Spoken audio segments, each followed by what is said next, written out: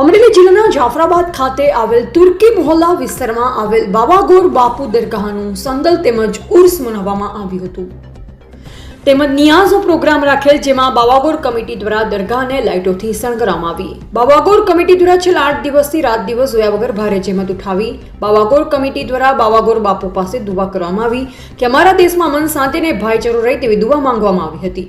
Reporter Kalusa Kanojiya, Jafrabad, Amreli.